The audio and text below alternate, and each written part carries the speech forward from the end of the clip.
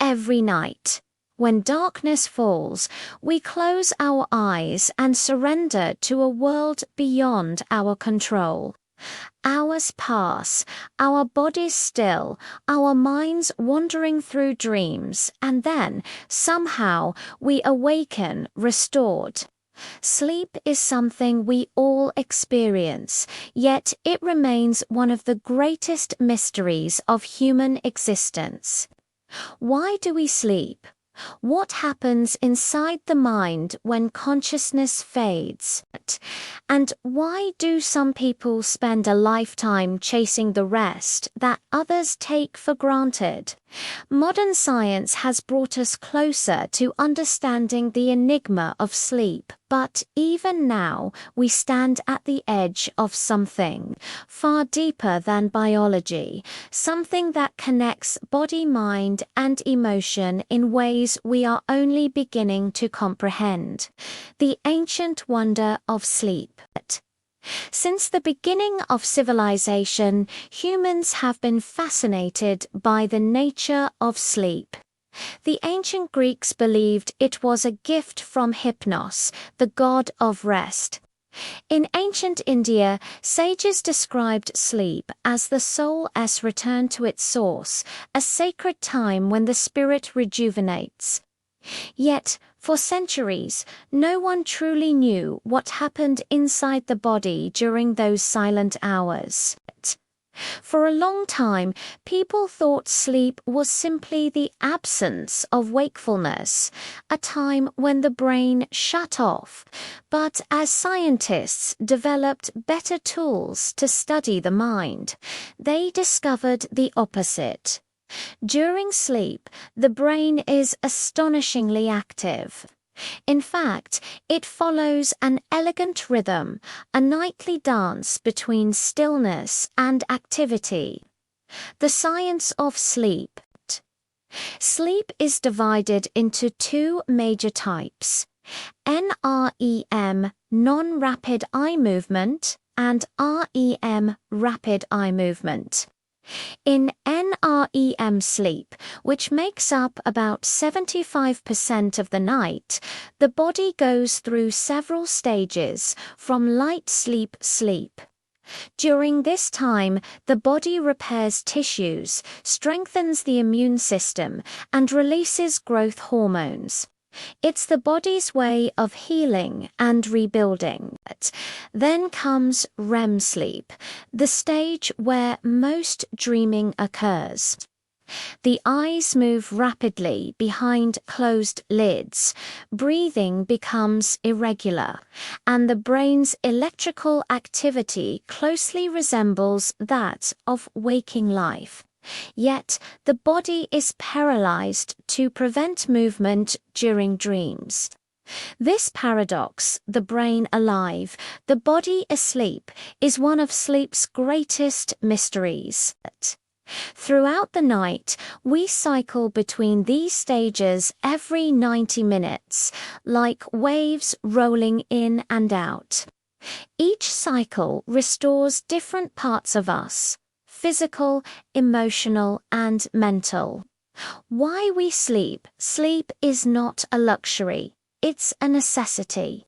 Every species on Earth, from insects to whales, sleeps in some form. Without it, life collapses. Scientists now know that during sleep, the brain performs essential maintenance work. It clears away toxins, processes memories, and resets emotional circuits. Sleep helps us learn, focus, and create. When we're deprived of it, everything from our mood to our metabolism begins to fail. A lack of sleep doesn't just make us tired, it makes us less human. We lose patience, empathy, and clarity. Our decision-making falters. Studies show that one sleepless night can impair performance as much as alcohol intoxication.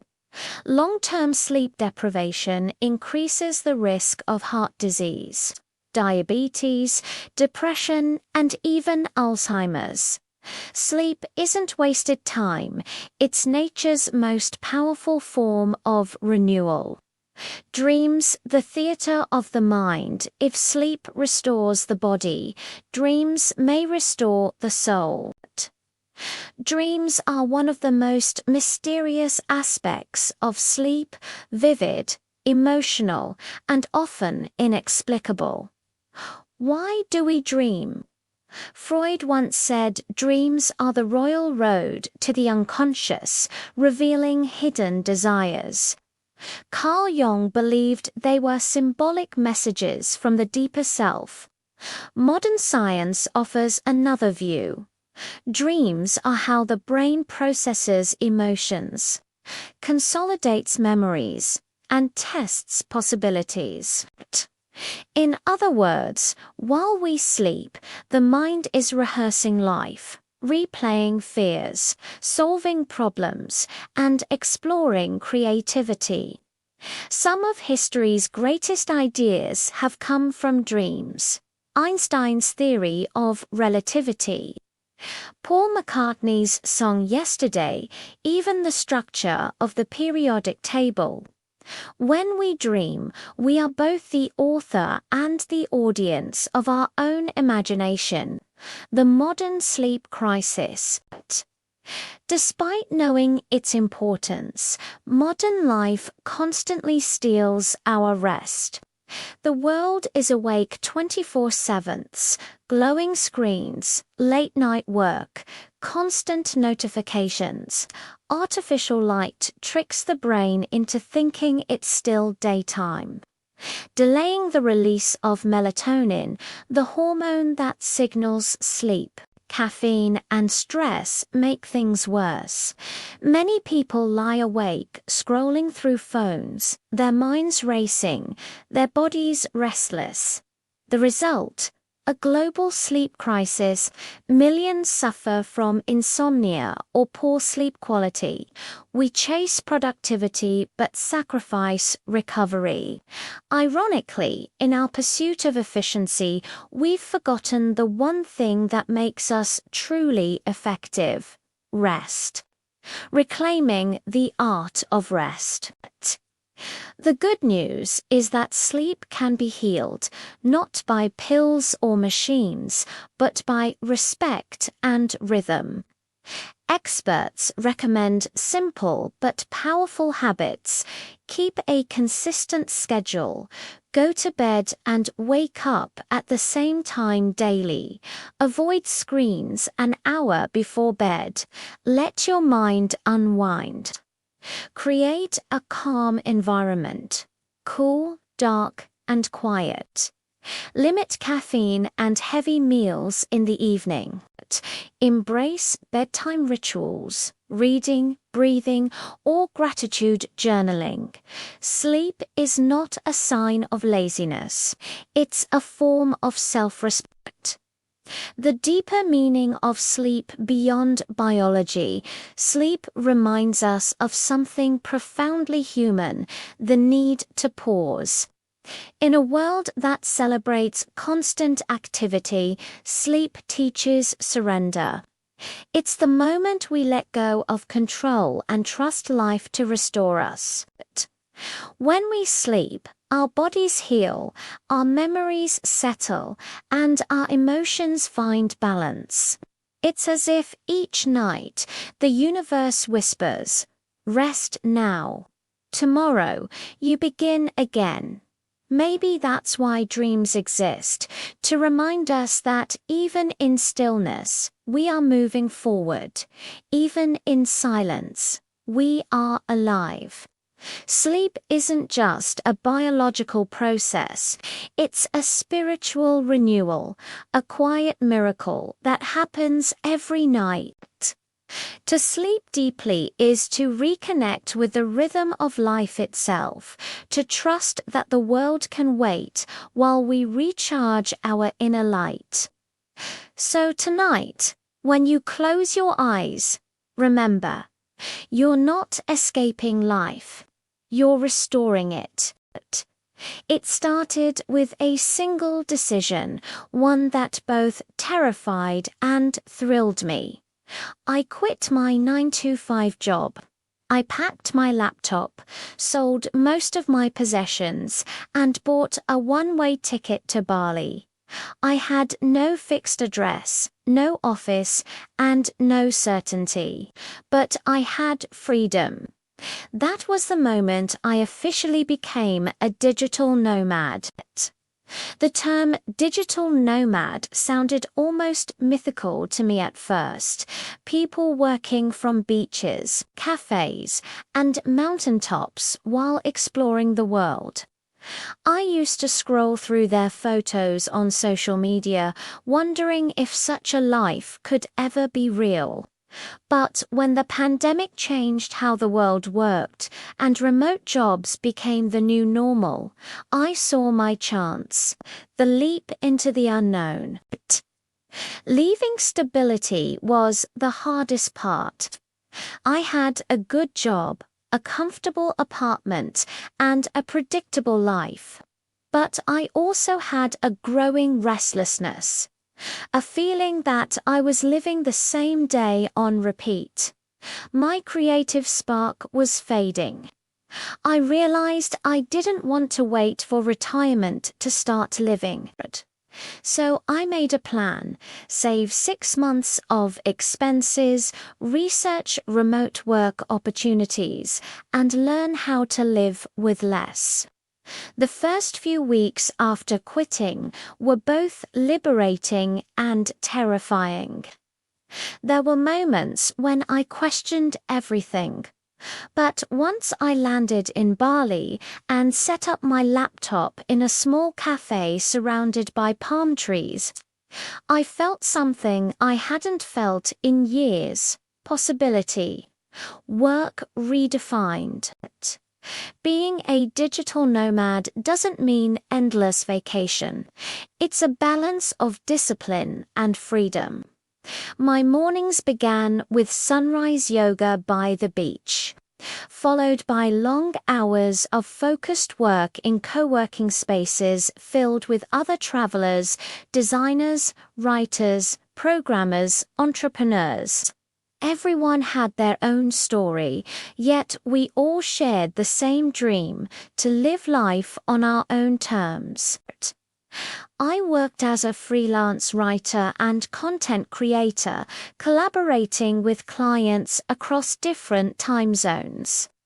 Some days I'd be on calls from a bamboo hut.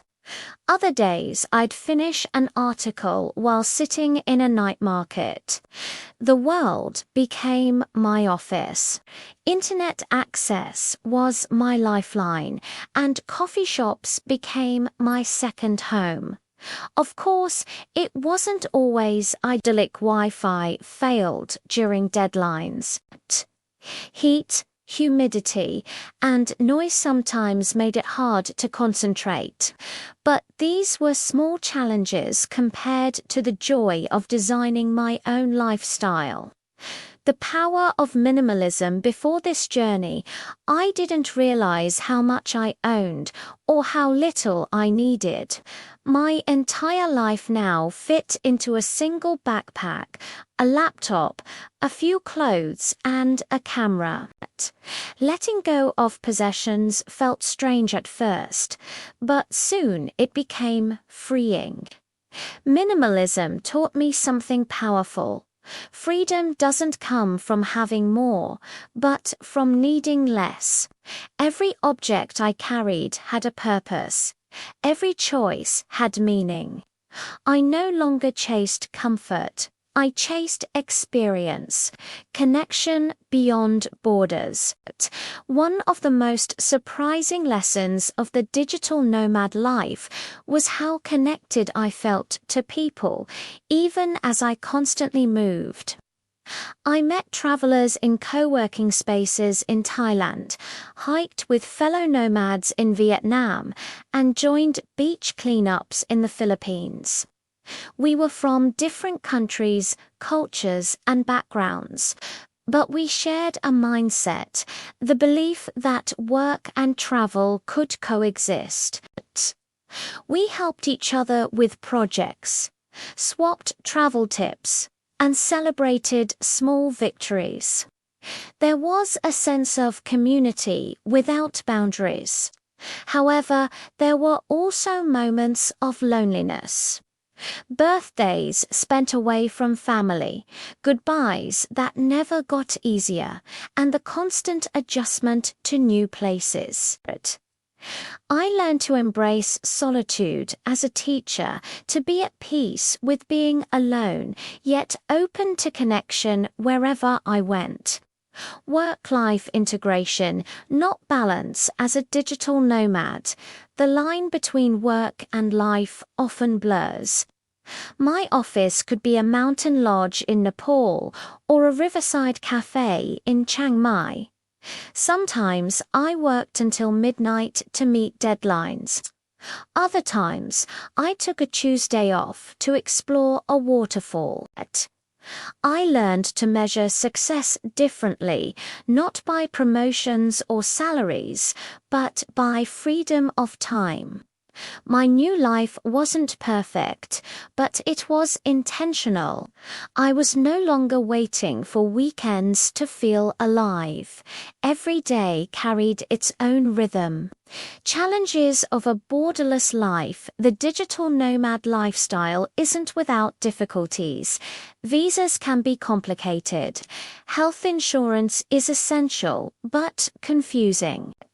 And managing income while traveling means dealing with fluctuating currencies and unpredictable expenses. Then there's burnout. The temptation to constantly move, to see more, do more, experience everything. It took me months to realize that being a digital nomad isn't about running from one destination to another. It's about finding balance within motion, sometimes. The best travel moments weren't the exotic adventures, but the quiet mornings writing beside a window, listening to rain in a place I could call home, even if just for a few weeks. Redefining success, becoming a digital nomad, changed my entire view of success. I no longer dreamed of corner offices or luxury cars. Instead, success meant waking up excited about the day ahead, having the flexibility to choose where and how I worked, and feeling connected to a world much bigger than myself. The world became my teacher. I learned patience in airports, gratitude from strangers, and creativity from cultures unlike my own. I discovered that work doesn't have to trap you. It can set you free if you design it with purpose. Coming home, wherever that is, years into this lifestyle, I still don't have a permanent address, but I've learned that home isn't a place, it's a feeling, the comfort you carry within yourself. Sometimes I stay in one country for months. Other times I move every few weeks. I've learned to adapt, to appreciate simplicity, and to live in the present. Being a digital nomad isn't about escaping life, it's about choosing the life you want to live. And as I watch another sunset from a rooftop cafe, with my laptop open and a world of possibilities glowing on the screen, I realize that the freedom I once only dreamed about isn't a fantasy anymore. It's real. It's messy, challenging, beautiful, and entirely mine. It was one of those days that begin like any other, yet end up changing how you see the world. I was attending a global technology and science conference in Geneva, an event filled with brilliant minds, dazzling presentations, and endless talk about innovation. I didn't expect much beyond learning and networking. But that day, I met someone whose ideas reshaped how I thought about life itself, Dr. Adrian Keller, one of the most respected scientists in the field of quantum biology. The unexpected meeting, it all began quite by accident. I had just left a crowded auditorium, my notebook overflowing with sketches and quotes from speakers. As I looked for a quiet corner to review my notes, I found myself in a small garden behind the conference hall. There, sitting on a bench under a willow tree, was a man in his 60s, dressed simply, reading a book. I recognized him immediately, the wild grey hair, the thin glasses, the calm yet intense expression. It was him, Dr. Keller, the man whose research had blurred the lines between physics and life sciences. For a moment, I hesitated. Should I disturb him? But curiosity won. I approached nervously and introduced myself.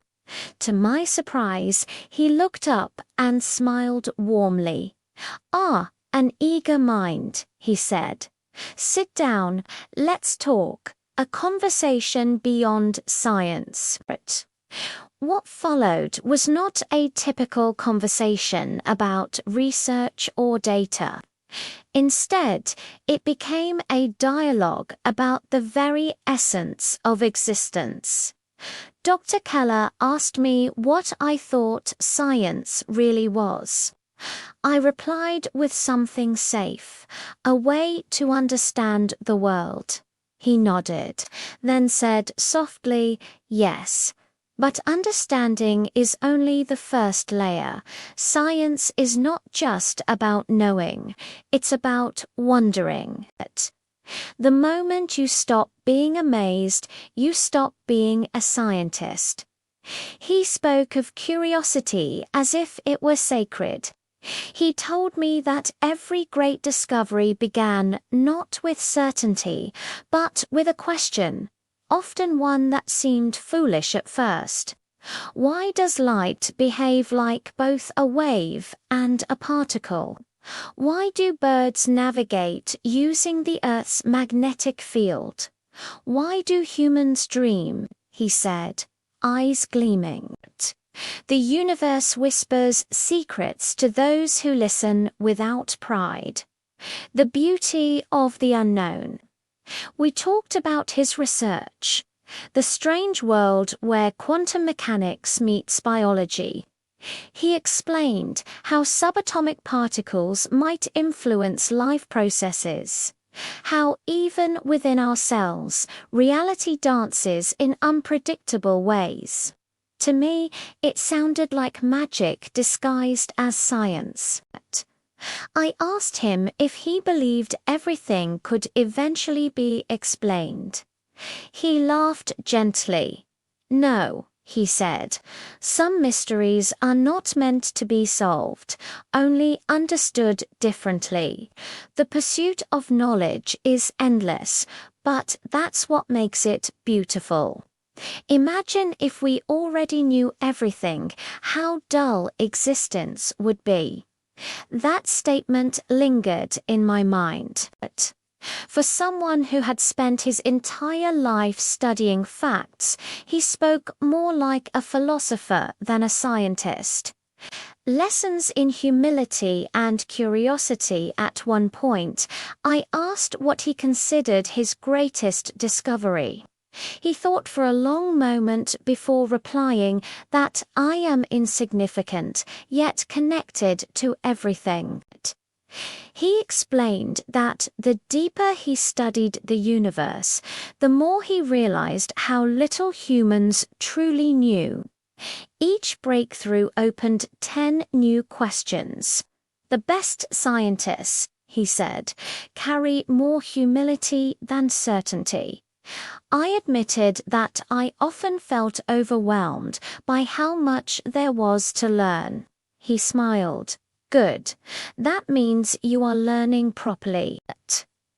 Curiosity is not about reaching the end. It's about enjoying the search. He paused, then added, the problem today is that too many people want answers without questions. But real progress begins with the courage to ask why, even when the answer might make you uncomfortable. The personal impact. The conversation stretched for hours. As the sun dipped behind the conference buildings, the garden glowed in soft orange light. We spoke about technology, consciousness, and even artificial intelligence. I told him about my fascination with AI and its growing role in society. He nodded thoughtfully. Machines will learn patterns, he said, but they may never understand wonder. That's our advantage, not intelligence, but awe. The ability to look at a sunrise or a newborn child and feel something beyond data. That struck me deeply. In a world obsessed with algorithms and automation, it was a reminder that what makes us human isn't just our minds, but our capacity to feel wonder and meaning. When it was finally time to go, Dr. Keller shook my hand and said, "Don't chase greatness. Chase curiosity. The rest will follow." A shift in perspective that night. I couldn't sleep. His words replayed in my head. For years, I had seen science as a collection of facts, formulas, results, and theories. But now I began to see it differently, as a living conversation between humans and the universe. Dr. Keller had shown me that the goal of knowledge isn't control, but connection. Every equation, every experiment, every discovery, all of it is a way to understand not just the world around us, but the one within us. Since that day, I've approached learning with a new sense of purpose. I no longer rush toward conclusions. I ask more questions. I let mystery breathe. I've learned that the unknown isn't something to fear. It's something to explore. The legacy of a moment. Months later, I read that Dr. Keller had retired from active research. Yet, his influence continued through the students he inspired, and through people like me, who carried his wisdom beyond laboratories and classrooms. Whenever I face uncertainty or doubt, I remember that quiet afternoon in the garden. I remember his calm voice saying, "Stay curious." In a world racing toward answers, his lesson feels more relevant than ever. The greatest discoveries aren't in the stars or the atoms, they in how we choose to see them. That single encounter didn't just teach me about science. It reminded me that wonder is the fuel of progress, and humility is the language of wisdom. And perhaps that's the truest form of knowledge, not just understanding the universe, but feeling deeply connected to it.